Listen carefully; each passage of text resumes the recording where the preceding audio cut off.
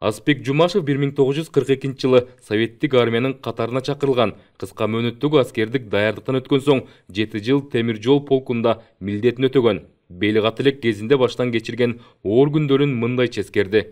Сентябрь, октябрь аяктап калганда эле ноябрь майрамы келип калыптыр.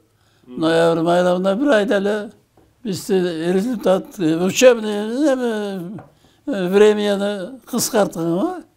Бир айдан кийин эле гарнизонго бөлүп, полк, батальонго бөлүп. Ошол менен кеттик. Байбичеси, оруктун ардагери Эсенбүбү Жумашева менен бирге 8 баланы татыктуу тарбиялап, дөөлөттүү карлыкты өмүр сүрүшүүдө. Ардагерди жеңиш күнү менен Жогорку Кеңештин мекенчил депутаттык тобунун жетекчиси Кундузбек Сулайманов менен Ырысбек Атажанов куттуктап, депутаттык топтун атынан акчалай белектерин тапшырышты. Ашып калсаңыз даяр аласыз. Макулбу? Жеткизеби барды. Ооба, жеткизиңиз барды. Андан соң эл өкүлдөрү Николай Кузьмич Мироненконун үйүнө барып, ардагерди майрам менен куттукташты. 17 жашында кан майданга аттанып, мекенди коргоодо каармандык көрсөткөн ардагер дүйнө жүзүнө тынчтык каалады. Пожелания одни.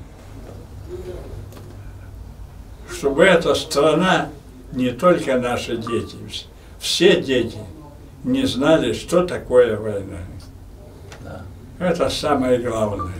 Жеңиш күнү мекен үчүн салгылашып окко учкан миңдеген аталарыбыздын каны, энелерибиздин ыза муңу, үмүт тилеги менен келген улуу майрам. Андыктан согуштун жана оруктун ардагерлери ар дайым урмат сыйга татыктуу. Мекенчил депутаттык тобу дагы ушул өзүбүзчө бир аз көңүл буруу максатында ушул эки ветераныбызга барып келдик үйүнө.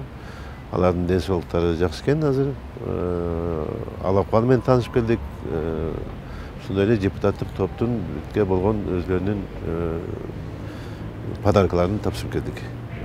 Мен ойлойм, биздин барганыбыз дагы ушул бизге көңүл буруп атат деп, алардын дагы дем күч берет деген терең ойдобуз. Улуу ата мекендик согушка Кыргызстандан 360 миңдей адам аттанса, алардын 200 миңдейи гана мекенине кайткан. Ошондуктан улуу жеңишке жетишүүдө кыргызстандыктардын да салымы чоң. Жалпы мындай айтканда, биздин ушул кыргыз мамлекетибиздеги аталарыбыздагы улуу ата мекенди согушка бир топ салымдарын кошушуп, канчалаган кан төгүүлөр болгон, эми жаштарга айтып кеңеш берчү мезгилде келди. Ушу ардагерлер ар дайым бизге жакшы насааттарын айтып келген.